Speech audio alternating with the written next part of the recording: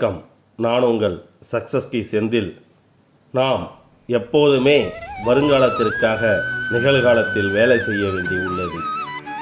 இந்த திறமை உள்ளவர்கள் புத்திசாலிகளாக, மேதைகளாக, தங்களது எந்த ஒரு செயலின் மீதும் ஆளுமை பெற்றவர்களாக இருக்கிறார்கள். இது முடியாதவர்கள் நிகழ்காலத்திலேயே தங்கி பின்னோக்கி நழுவுகிறார்கள். காரணம், நேற்று மற்றும் அதற்கு முன்தினம் செய்யப்பட்டிருக்க வேண்டிய வேலையுடன் போராடுவதிலேயே இன்றைய பொழுது கழிந்து விடுகிறது. இதைதான் நாளைய பளுவை நேற்றைய பளுவோடு சேர்த்து இன்று தூக்க முயற்சிக்கும் போது பலசாலியும் தடுமாறுகிறான் என்கிறார் காப் மேயர். முயற்சி திருவினை ஆக்கும், முயற்சியின்மை இன்மை புகுத்திவிடும் என்கிறார் வள்ளுவன். ஆம், ஒரு முட்டையினுள் இருக்கும் குஞ்சு அதை உடைத்து கொண்டு வெளிவர முடியாமல் இருப்பதை போன்றது முயற்சியின்மை.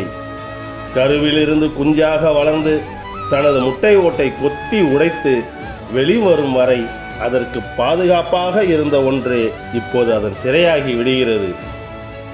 தங்கள் வளர்ச்சியில் எந்த ஒரு நிலையிலும் அங்கேயே தங்கிவிடக்கூடாது. ஓடிக்கொண்டு இருந்தால்தான் நீர், தேங்கினால் சாக்காடை, துர்நாற்றம்.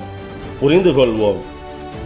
ஆம், உன்னால் செய்ய முடிகின்ற அனைத்தையும் சரியாக செய்தால் நீங்கள் எந்த அளவிற்கு சாதிக்க முடியும் என்பதை கற்பனை செய்து பாருங்கள்.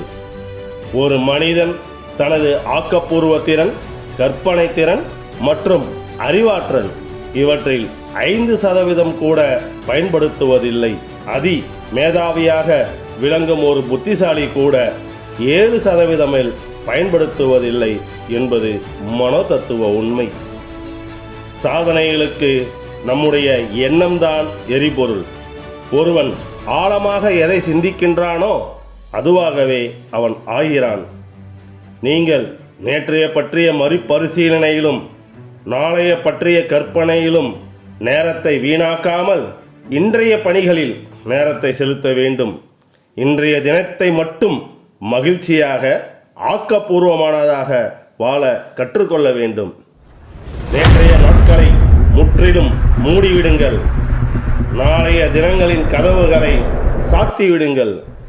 இன்று ஒரு நாள் மட்டும் வாழ கற்றுக்கொள்ளுங்கள். அப்போது நீங்கள் வெற்றி கொள்வதற்கு ஒரு நாள் பிரச்சனைகள் மட்டுமே இருக்கும்.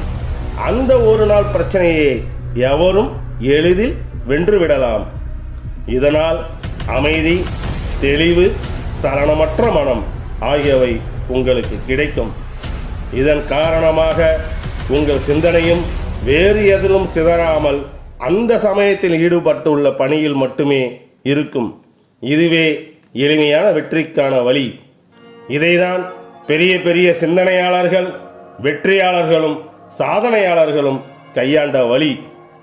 ஆம், முன்பு சொன்னது போல் உடல், மனம், உணர்ச்சி ஆகியவற்றை திறமையாக பயன்படுத்தி சுலபமாக, அமைதியாக எடுத்துக்கொண்ட வேலைகளில் கவனம் செலுத்துகின்ற மனப்பான்மை உங்களுக்கு வந்துவிட்டால் வெற்றி எளிது. இதை புரிந்து கொண்டு தங்களது சொந்த வாழ்க்கையிலும் அலுவலக வேலைகளிலும் இந்த செயல்முறையை பயன்படுத்தினால் நிச்சயம் நீங்கள் சாதாரண மனிதனாக இருக்க மாட்டீர்கள். அதிவிரைவில் சாதனை மனிதனாக உலா வருவீர்கள்.